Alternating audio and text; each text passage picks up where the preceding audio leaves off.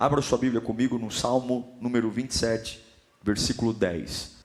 Diz assim a palavra de Deus: ainda que me abandonem pai e mãe, o Senhor me acolherá.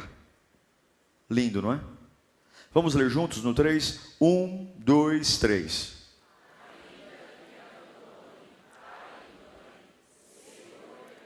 Um pouquinho mais alto. 1, 2, 3.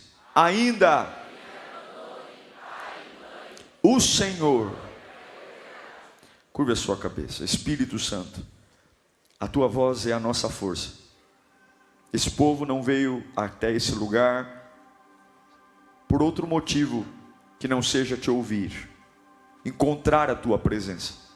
Amanhã inicia mais uma semana, novos desafios, novos demônios, novas batalhas, novos ataques, e eu preciso estar revestido, Senhor. Fala conosco, ajuda-nos a viver o sobrenatural, ajuda-nos a esta palavra desatar os nós da minha vida, desatar as angústias, me dar norte, direção, vida, todas as confusões que o diabo plantou na minha alma, gerando conflito, fraqueza, escassez, dúvida, frieza, vai embora, que a tua palavra entre por uma porta, e tudo aquilo que me afasta de ti saia por outra. Lava-me com a tua palavra, refrigera a minha alma.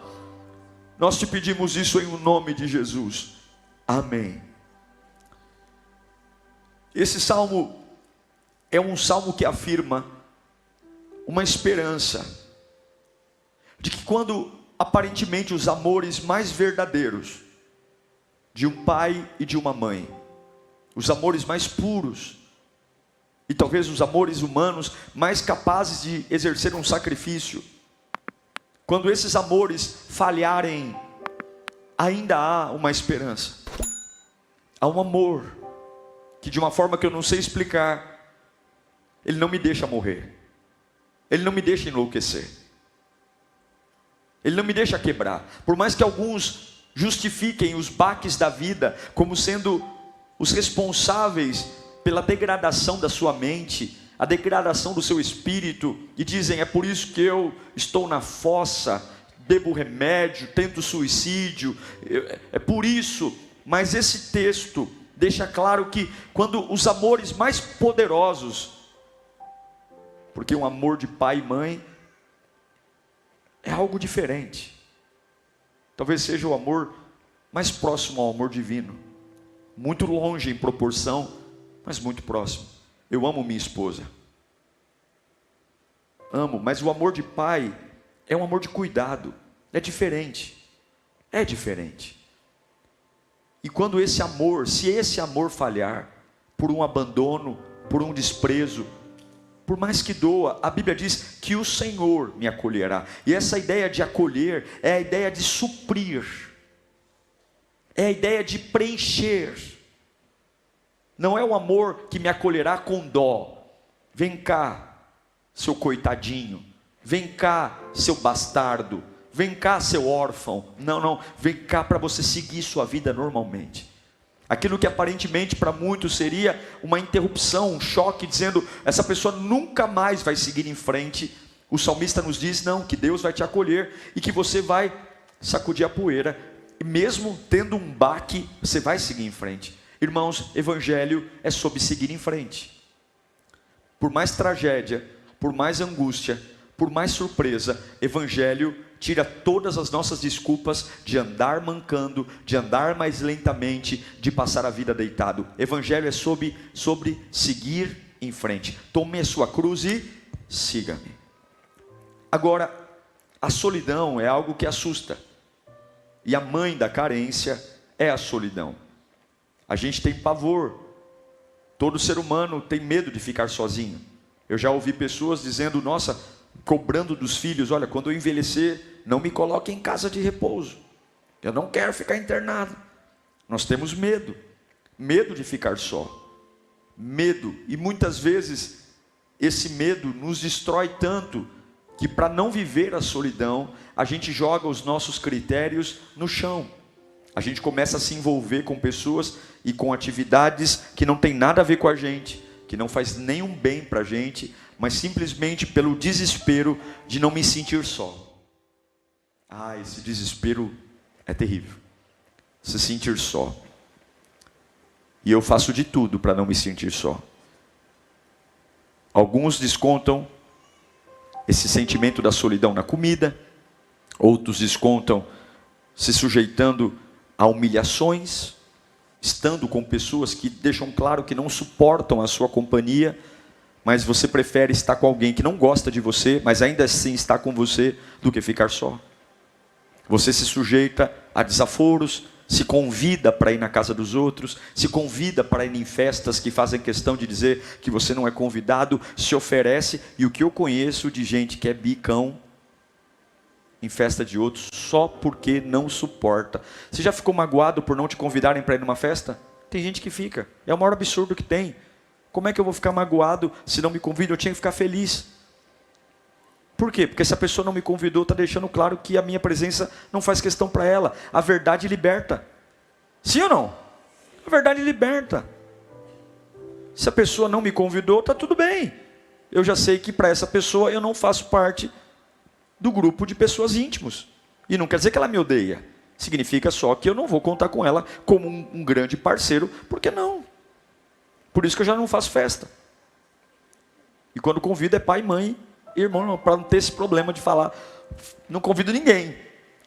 Mas se você não é convidado, eu já vi pessoas se oferecendo para ir em casamento. Quando eu me casei, me lembro disso. Cadê meu convite? Que? Irmão, tá chegando aí. Vai orando. Vou convidar. Nunca vi na vida. A verdade é que o medo da solidão vai gerando carências. E aí, relacionamentos insatisfatórios. E, repito, pessoas que só se toleram pelo fato de não ficarem juntos. Eu já presenciei casamentos de pessoas que não se gostam. No namoro mesmo, você já via que as pessoas não se davam bem, mas elas insistiram em se casar só porque queriam provar para a sociedade que se casaram. Só que quando você se casar, essa mesma sociedade que cobra casamento não vai segurar o seu BO. Não vai pagar suas contas, não vai lá aconselhar você.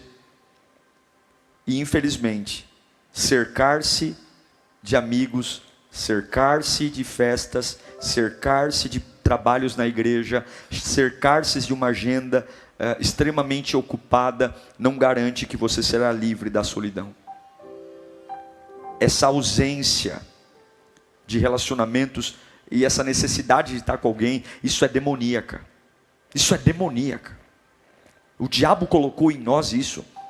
Claro, em Gênesis capítulo 2, versículo 18, Deus deixa muito claro que não é bom que o homem esteja só. Ninguém foi feito para viver sozinho, para estar sozinho. Mas tudo isso aí com limite. Não colocar a companhia de alguém como fonte de sobrevivência. E dizer, olha, essa semana eu não estou legal. Por quê? Porque o fulano não falou comigo. Essa semana eu não estou bem. Por quê? Porque o fulano não responde meu WhatsApp. Tem pessoas que ficam contando kkkkkkkk no WhatsApp. Porque se o camarada fazia uma risada com pouco kkkk, é que ele é falso. Por que você não riu direito? Meu irmão, tá com tempo, hein? Eu fico impressionado como algumas pessoas têm tempo para ficar gastando tempo com bobagem. Nossa, você sempre mandou 4 corações, hoje você mandou 1. O que foi? O que eu te fiz? Aconteceu alguma coisa? Nossa, você não está normal. Está tudo bem. Mas esse medo de perder pessoas, esse medo de ficar sozinho, esse medo de ser incompreendido, e daí os solitários se sentem o tempo todo insatisfeitos, carentes, tristes, inseguros, deprimidos, mas tudo isso por um erro enorme. Confundir solidão com a presença de Deus na solitude. Porque a solidão é diabólica, mas a solitude é divina. Parece que uma coisa é igual a outra. Porque tanto a solidão como a solitude marca a ausência de pessoas ao meu lado. Porém a solidão devasta, a solitude fortalece, a solidão destrói.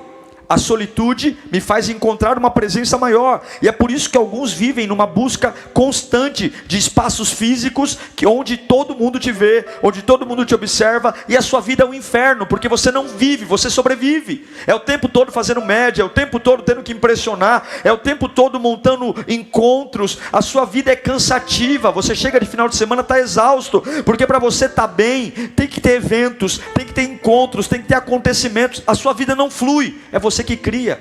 Você cria movimentos artificiais. É o tempo todo preocupado com quem você vai tomar café, é o tempo todo preocupado com quem você vai conversar, é tendo que dar uma satisfação para todo mundo, porque você quer montar uma rede de apoio que garanta que você não está sozinho. Mas a minha Bíblia diz que na multidão de conselhos e na multidão de amigos há erros, há pecado. Quem tem muitos amigos, chega à ruína de Salomão. Mas tem amigo mais chegado que irmão. O que a Bíblia diz sobre esse assunto? Sobre carência. A Bíblia diz que toda pessoa solitária, ou todo carente, é solitário.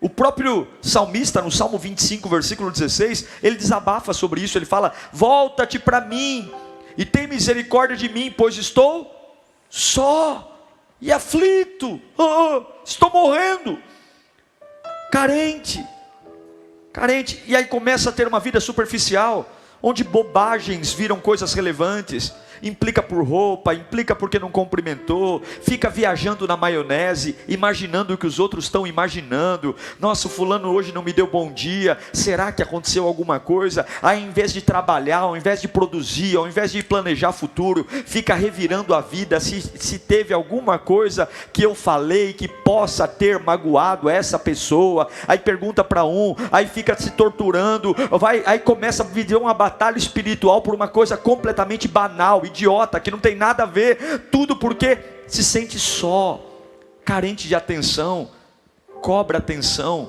Meu Deus, a coisa mais humilhante do mundo é cobrar afeto. Afeto não deve ser cobrado, afeto deve ser entregue. Nossa, você não me deu um beijo, nossa, você não me deu um abraço, nossa, você não falou comigo hoje. Que é isso? Quem você é? Que porcaria você é? Que lixo você é? Para ficar cobrando afeto? Cobrando atenção? Você acha que Deus te fez para isso? Você acha que a cruz, que foi a maior obra-prima, um Deus, não foi um anjo, foi um Deus morrendo na cruz do Calvário, para você ficar pedindo esmola de atenção? Para você ficar cobrando ligação, que vão na tua casa, que se importem com você, que liguem para você, que se interessem pelos seus problemas? Irmão, com todo o carinho que tem a você, está na hora de crescer. Está na hora de sair dessa imaturidade. Até porque Paulo diz que criança é igual escravo. Embora a criança seja dona de tudo que o pai tem, por ser menor de idade, ela não tem direito à propriedade do pai. O que Paulo está falando? Que uma pessoa que é imatura, ela não recebe as bênçãos do pai. Quando você pega algumas igrejas que não crescem, eu já diagnostiquei isso conversando com pastores, aí você fala: nossa pastor, eu estou nessa igreja e não cresce. É claro que não cresce, o povo só vive debaixo de fofoca. Eu já tive igreja pequena, eu já pastoreei igreja de 10, 15, 20 pessoas. Igreja pequena dá mais trabalho que igreja grande, porque ninguém quer crescer.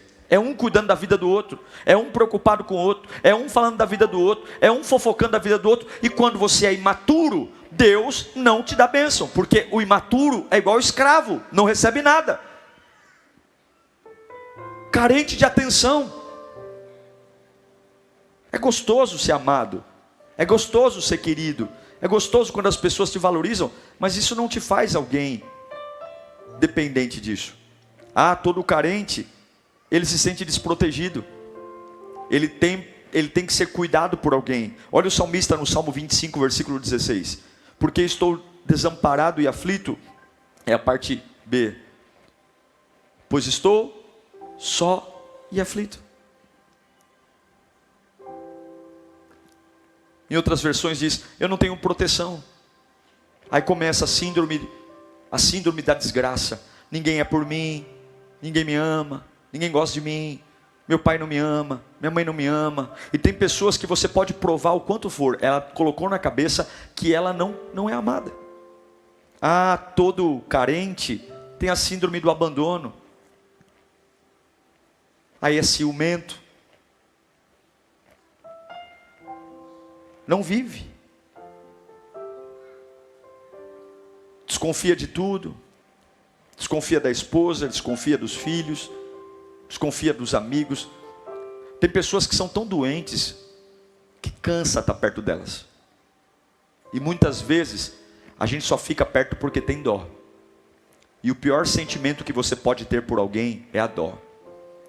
Tenha ódio de mim, tenha raiva de mim, mas por favor, não tenha dó de mim. Você quer me ver nervoso? Alguém fala assim: nossa pastor, coitado.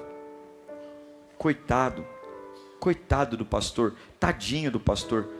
Vai lamber sabão. Eu não sou digno de dó, eu sou digno de glória. O meu Deus é o Deus da glória, é de glória em glória, de vitória em vitória. Mas o carente está sempre abandonado. Olha o Salmo 107, versículo 7. Olha o que o salmista diz: eu não consigo, Salmo 102, 7. Não consigo dormir, pareço um pássaro solitário no telhado. Agora, ao contrário do que todo mundo pensa, a solitude, ou seja, há um lugar onde na minha vida não vai ter ninguém perto de mim. Não vai ter amigo, não vai ter pai, não vai ter esposa, não vai ter filho. E esse lugar não é para eu me sentir carente, sozinho, desamparado. Mas biblicamente, os momentos de maior avivamento vieram da solitude. Porque o reino de Deus não é um reino de multidões, é um reino de individual. Deus chama você pelo nome, Deus sabe quem você é. E muitas vezes a solitude, ela é destruída por conta da carência, porque me dá coceira ficar sozinho.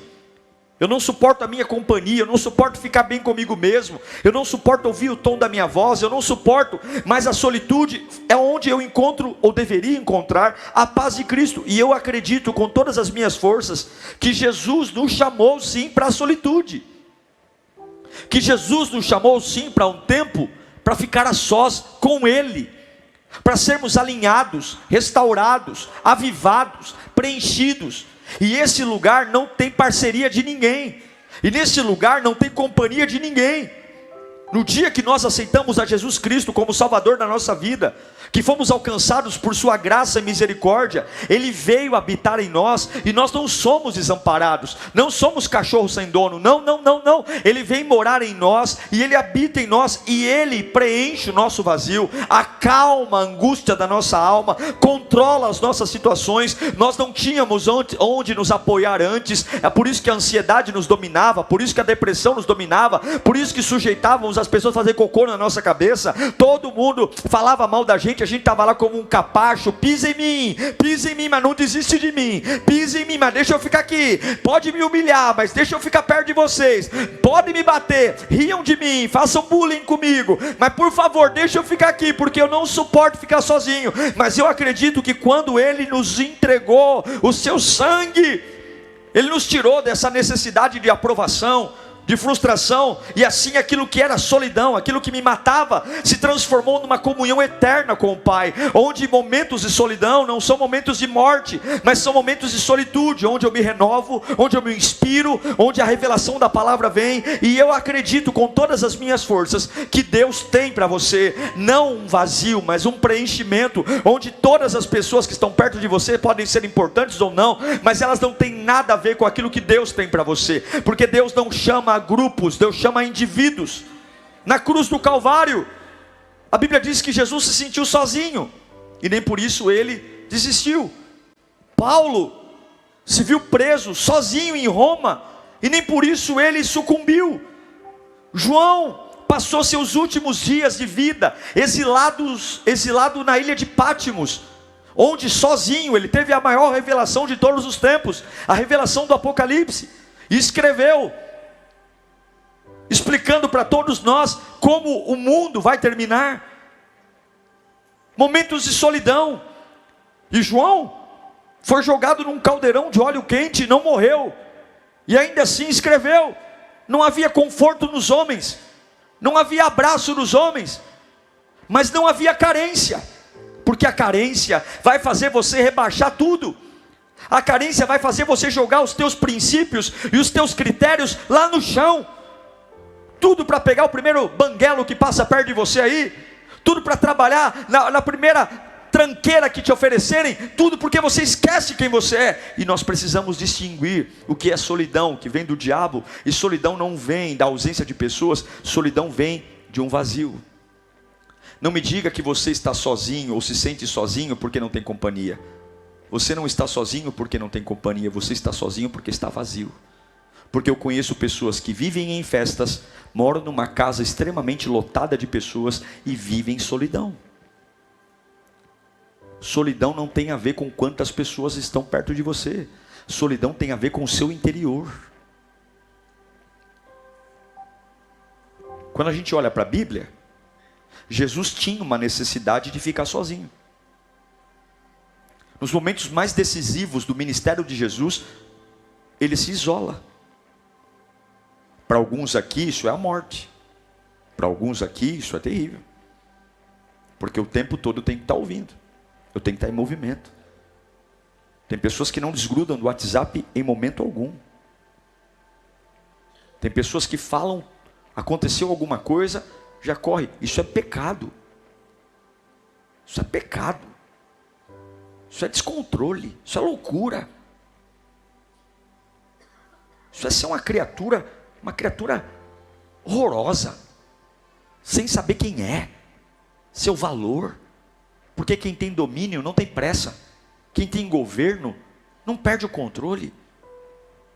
Você sabe, quem trabalha com vendas, você sabe que a primeira técnica de um bom vendedor é a teoria da escassez. Ele precisa gerar no cliente a sensação de escassez, de que aquele produto está acabando, de que aquele produto, se ele não comprar aquele dia, não vai ter mais, de que aquele produto é muito importante para ele. Ou seja, para vender rápido, ele precisa gerar no cliente a sensação de que o cliente não tem o suficiente, não pode o suficiente, e que o produto é maior que o cliente, e que é uma grande oportunidade para ele. O diabo é igual. Ele cria uma sensação de escassez.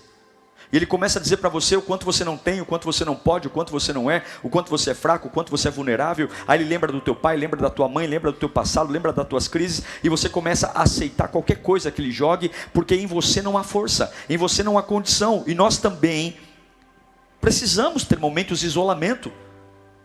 Nós também precisamos ter momentos de não falar com ninguém, de não quero atender telefone. Você sabe que tem pessoas aqui que não têm a capacidade de dizer não? São tão carentes, meu irmão, você tem todo o direito de falar para alguém, eu não quero conversar sobre isso. Ah, mas é meu pai, eu não quero. Se é um assunto que te incomoda, problema do outro, vai lamber sabão, eu não vou conversar, não me interessa. Você sabe que tem pessoas que não têm condição de falar, agora eu não posso falar? Todo mundo é prioridade para você, menos você. Você está fazendo um trabalho importante, você tem que ter concentração, mas você sente uma necessidade de atender todas as mensagens na hora que as pessoas te mandam. O que é isso? Carência. Porque você fica pensando, se eu não atender ele na hora que ele manda, o que será que ele vai pensar? E o que os outros vão pensar não é problema seu. De Gênesis a Apocalipse, Deus nunca disse para você se responsabilizar pelo que as pessoas sentem em relação ao que você faz. Deus sempre disse, responsabilize-se pelo que você faz, e não pelo que as pessoas entendem. Você acha que toda a sua boa atitude é interpretada pelos outros como boa atitude? Você acha que sempre que você tem uma boa ideia, uma ideia de generosidade, as pessoas veem isso com bons olhos? Eu já tentei fazer tanta coisa bacana, e na hora de fazer, as pessoas veem com maus olhos. E quem já passou por isso? Só que você não foi chamado para administrar o que as pessoas pensam do que você faz. Fala comigo, o que os outros pensam do que eu faço. Fala mais alto. O que os outros pensam do que eu faço não é problema meu. O problema seu é entender se o que você faz é honesto, é bíblico e Deus está nisso. Se Deus está nisso, problema de quem gostou e de quem não gostou. Que Deus livre você disso hoje. Coloca a mão na sua cabeça. Essa necessidade de administrar o que os outros pensam, sentem, não é problema seu. Tem gente que nunca vai com a tua cara e está tudo bem. Tem gente que sempre vai ver a tua boa ação com maus olhos e está tudo bem. Responsabilize-se pelo que você tem que fazer. Que hoje o Espírito Santo te liberte disso em nome de Jesus. Pode baixar suas mãos. Então muita gente, mesmo cercado por muitas pessoas, se sentem só. Olha o Salmo 102, verso 6. Sou como, Salmo 102, 6. Sou como uma coruja do deserto. Como uma coruja entre ruínas. Ele está dizendo, eu me sinto uma ave solitária.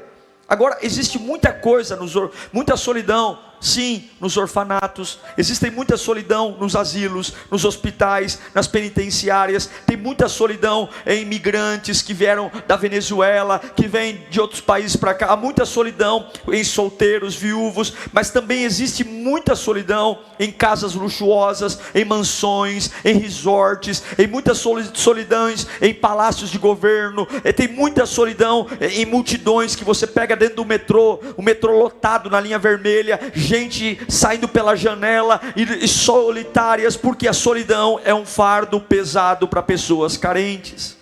Agora, o que eu faço disso? Se você não lidar com isso, você vai ser impulsionado a viver no barulho da multidão, a estragar sua vida, a estragar a obra de Deus, a estragar o plano de Deus. E tem muitas informações hoje, rede social, WhatsApp, Telegram, Instagram, onde as pessoas estão disputando atenção, brigando por like, brigando por compartilhamento, brigando por atenção, e tudo isso pela desgraça do medo de ficar sozinho. Mas o próprio Deus disse em Deuteronômio 31:8, olha o que diz. Eu vou ler alguns textos, eu queria que você gravasse na sua alma carente, na sua alma vazia. Você que está segurando um relacionamento, tudo pelo medo de ficar sozinho, tudo pelo medo de... Não, você que está trabalhando no lugar, você está adoecendo. Como é que algo pode me abençoar e me adoecer ao mesmo tempo? Escuta aqui, ó. Tudo que Deus tem para você pode provar você.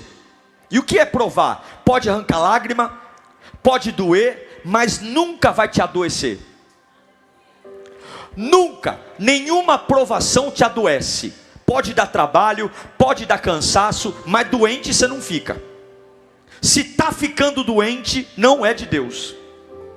Porque toda provação machuca, mas refina e torna você uma pessoa melhor.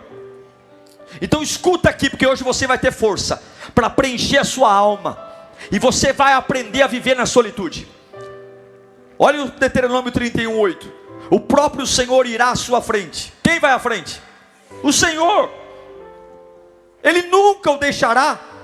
Ele nunca o abandonará. Não tenha medo. Não desanima. Toma essa, meu irmão. Deus está com você. Meu pai falhou, minha mãe falhou, meu marido falhou. Eu não vou morrer. Por quê? Porque o Senhor está comigo. Para com essa conversa irresponsável, de que minha vida acabou, de que eu estou sem esperança. Cresce, amadurece. O Deus da sua vida está com você. Não despreze-o. Que mais? Mateus 28:20. Jesus disse, ensinando-os a obedecer tudo o que eu ordenei a vocês. Quem vai estar com você? Eu deixei um anjo, eu deixei um arcanjo. Olha o que ele diz. Eu estarei com você sempre. Até quando? Até o final dos tempos. Até o dia que teu coração bater. Você está na UTI, Ele está com você. Você está viajando, Ele está com você. Você tem dinheiro, Ele está com você. Você não tem. Entenda uma coisa, isso é segurança. É como se Deus falasse, está aqui, ó. Está aqui esse contrato, eu estou assinando com você, eu estarei com você. Nós podemos ter a certeza que momentos sós da presença de Deus, Deus está conosco e Deus está esperando. Quando é que você vai dar esses momentos para Ele? De ter dias que não vai ter ninguém, o celular não vai tocar, eu vou desligar e vou dizer: Senhor, hoje eu vou estar contigo, hoje eu vou rever minha vida, hoje eu vou restaurar minhas forças. A solitude é viver num mundo onde há tantos ruídos, há tanta confusão, e encontrar momentos de calmaria na intimidade com o Todo-Poderoso. É tanta pressão, é tanta gente doente, é tanta gente morrendo, é tanta gente fazendo bobagem, são tantas pessoas acelerando processos que deveriam ter tempo para crescer, é tanta gente buscando qualquer coisa, mas nenhuma solidão resiste ao companheirismo e ao interesse do Senhor Jesus. Quem é que nunca se encontrou totalmente só, eu e você? Mas toda solidão, quando Cristo está, se transforma em solitude. Se nós nos relacionarmos apenas com as pessoas, se nós nos relacionarmos apenas com o marido, filho, esposo, pai, mãe, patrão, amigo, nós sempre nos sentiremos solitários, porque todos eles vão falhar conosco, todos eles não vão atender às nossas expectativas. E além de simplesmente não vivermos, nós vamos ter relacionamentos superficiais. Você precisa ter momentos de solidão, de solitude. Não decida por carência, decida por propósito. Se você está sentindo uma necessidade, fala com o amigo Jesus. Não tenha relacionamentos por carência, você vai se perder. Não tenha amigos por carência, você vai se perder. A nossa esperança tem que estar em Jesus. Nossa sociedade nunca esteve tão doente aqui, porque você ganha com a cabeça e perde com a cabeça. Essa sensação de insegurança, medo.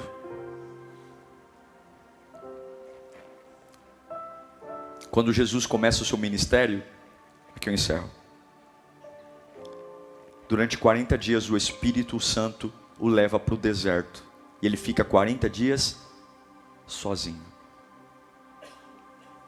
Quando ele foi escolher os 12 apóstolos, antes de começar a escolha, está lá em Lucas 6,12, ele vai sozinho para o monte, para orar.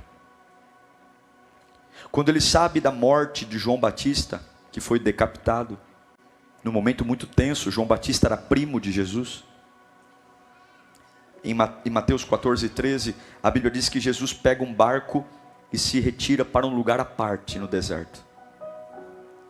Após a miraculosa multiplicação de pães e peixes, isso está lá em Mateus 14:23, Jesus ele se despede dos discípulos, se despede das multidões, e ele sobe sozinho ao monte para orar.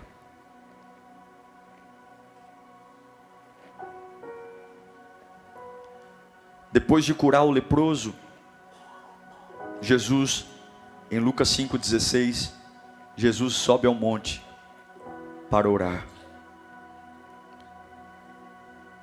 No monte da transfiguração, Jesus se isola da maioria dos discípulos e vai orar.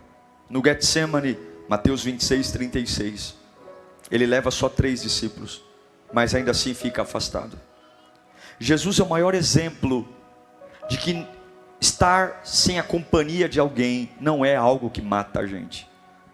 Muito pelo contrário, pode ser o momento do renovo. Talvez a sua vida precisa respirar. Talvez tem pessoas trazendo cheiros, odores que matam você. E ao ter comunhão com Deus, você vai entender que pessoas são importantes, mas elas não são fundamentais. Eu não sei para quem eu estou pregando aqui, mas eu só sei de uma coisa, que quando você aprende a viver a solitude, ninguém vai manipular você. Quando você aprende a viver a solitude, ninguém vai manipular você. Quando você aprende a viver a solitude, ninguém vai fazer chantagem emocional com você. Quando você aprende a viver a solitude, as pessoas vão respeitar você. Quando você aprende a viver a solitude, as pessoas vão olhar para você com a autoridade que há no nome de Jesus Cristo. E eu quero declarar em nome de Jesus: não tenha medo do silêncio. Não tenha medo do silêncio, não tenha medo do silêncio, não tenha medo. Eu não sei se você já experimentou se apresentar a Deus em silêncio. Eu já. Quando você não tem nada para falar. Mas como é maravilhoso, porque o silêncio, ele está intimamente relacionado à confiança. Quanto mais desesperada uma pessoa está, mais ela fala. É assim ou não é? Quanto mais desesperada uma pessoa está, ela fala. Tem gente que desembesta a falar porque ela está buscando um abrigo, ela está buscando uma âncora. Então ela fala. E alguns falam: deixa ela falar que ela está estressada, deixa ela falar que ela está nervosa. É a mulher sunamita que vai diante de Eliseu e Eliseu fala: deixa ela falar porque a alma dela está aflita. Sim, há aflição, mas quando você consegue parar e dizer: eu não vou falar nada, eu vou esperar, isso mostra que você está confiante. Eu não sei de verdade como é que você está enfrentando a sua vida, mas Eclesiastes capítulo 5, versículo 2 diz o seguinte: não te precipites com a tua boca, não seja precipitado com os seus lábios, nem apressado de coração para fazer promessas diante de Deus. Deus está nos céus e vê, e você está na terra, e por isso fale pouco. Eu sei que o silêncio é traduzido como ausência de linguagem, mas também o silêncio mostra o ato de ouvir. Deus não consegue falar com você porque você não cala a boca. Deus não consegue falar com você porque você preenche a sua vida de pessoas. Deus não consegue falar com você porque você é uma matraca ambulante. Você é um papagaio do capeta. Repete o tempo todo o que o diabo diz: eu vou morrer, eu vou quebrar, eu vou enlouquecer, eu não aguento mais, já era. Você não dá espaço, fica em silêncio, cala a boca. Deixa Deus falar com você. A oração não é uma palestra que você dá para Deus. A oração é uma conversa. Você fala e Deus fala. Você fala e Deus responde. Quando é que você deixa espaço para Deus responder? Você fala, em nome de Jesus, amém. É assim ou não é? A oração é uma conversa. Senhor, está aqui minha vida, está aqui minha vida. Senhor, agora fala comigo. Fecha essa boca cheia de dente e espera Ele falar com você. E Ele vai falar, Ele vai tocar. Em nome de Jesus, hoje é o dia que nós vamos vencer toda a carência. Aos Hebreus capítulo 13, versículo 5, o autor dos Hebreus diz: conservem-se livres do amor ao dinheiro e contentem-se com o que vocês têm, porque Deus mesmo disse. O que Ele disse? Vamos ler no 3 juntos. 1, 2, 3. Nunca.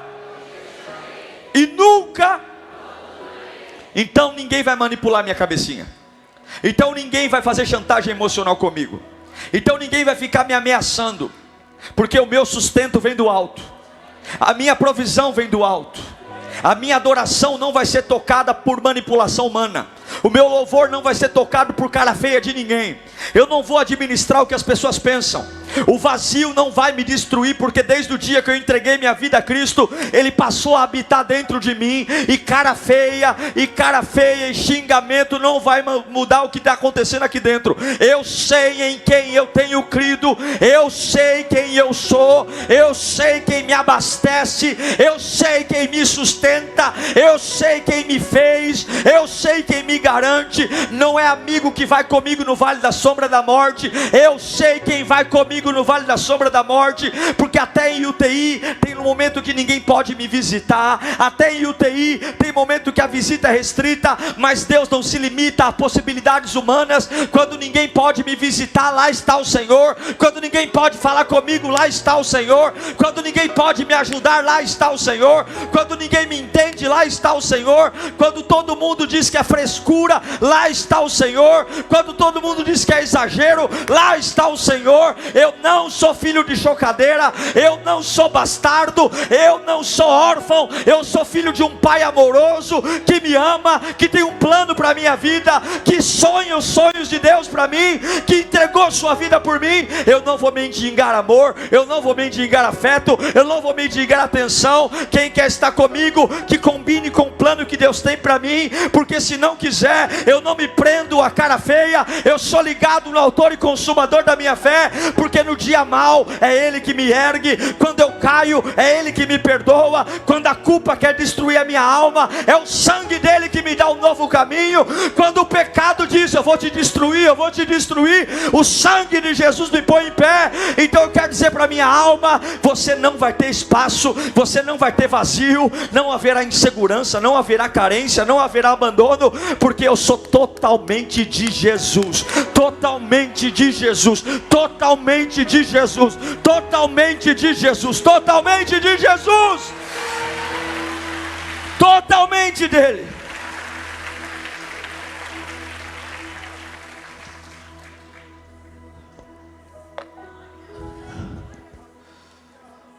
E eu quero encerrar dizendo uma coisa aqui. Só existe relacionamento abusivo por causa dessa desgraça aqui.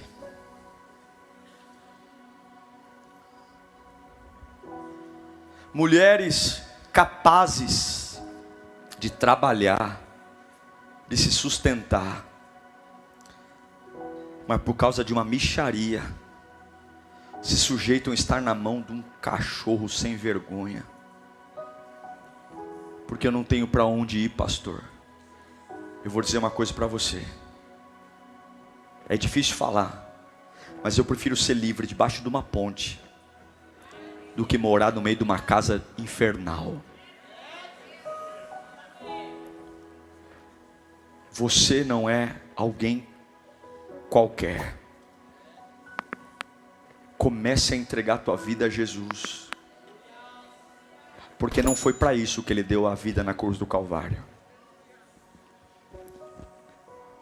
E qualquer pessoa aqui que esteja debaixo de manipulação, seja ela qual for, profissional, emocional, qualquer pessoa que tenha que viver pisando em ovos. Sabe o que é pisar em ovos? Você não pode ser você, você tem que ser o que o outro quer que você seja. Porque ser você irrita, ser você magoa, ser você, então você vive como um refém dentro de casa. Tem que ser tudo na hora certa, pastor, porque senão em casa o homem vira um monstro. Está na hora de você se dar o respeito. Está na hora de você lembrar que quem sustenta você tem autoridade e poder em suas mãos. E talvez esse vazio é porque teu pai e tua mãe falharam com você. Mas hoje eu digo que ainda que meu pai e minha mãe me deixem, o Senhor nunca me deixará. Se a tua infância te destruiu, o sangue de Jesus hoje te reconstrói. Se a tua adolescência te destruiu, o sangue de Jesus hoje te põe em pé. Põe a mão no seu coração. Fala assim comigo: ninguém vai me manipular mais. Ninguém vai mexer com a minha cabeça mais. Ninguém vai fazer chantagem na minha vida. Eu sou livre. O sangue de Jesus me faz livre. Todo vazio na minha alma, que traz desespero, carência, abandono, solidão, não existe mais. Do alto da minha cabeça, a planta dos meus pés, preenche-me, Espírito Santo. Eu te peço, nesse exato momento, me preencha todo o espaço. Comece a orar pela sua alma, comece a orar pela sua vida. Deus vai te dar força hoje. Você vai ter momentos lindos com Deus, no metrô, dirigindo em direção ao teu trabalho, lavando a tua louça. Você não precisa mais se convidar para ir em festa de ninguém. Você vai ter dignidade. Você não vai ficar se oferecendo para ir na casa de ninguém. Você não vai ficar se convidando para estar com alguém. Você não vai ficar aceitando as pessoas ficarem te humilhando, deixando claro que você não é bem-vindo no lugar. Mas você, bobinho, prefere ser humilhado estando com eles do que estar vivendo a presença de Deus. Deus está restaurando a tua dignidade hoje. Deus está restaurando o brilho dos teus olhos hoje. Deus está restaurando a autoridade que há no nome de Jesus. Deus está restaurando os seus princípios, os seus valores. Deus está restaurando o teu poder de escolha. Você não vai ser escolhido não, você vai escolher. Você não vai ser escolhido não, você vai escolher. Deus está restaurando o teu amor à vida, o teu amor a Ele. Deus está te dando segurança nesta noite. Segurança para dizer não quando você quiser dizer não, para dizer chega quando tiver que dizer chega, para dizer acabou, para dizer para as pessoas é importante, mas eu não posso falar agora, eu não posso falar agora, liga outro dia, agora eu não posso falar. Mas por quê? Porque eu não posso.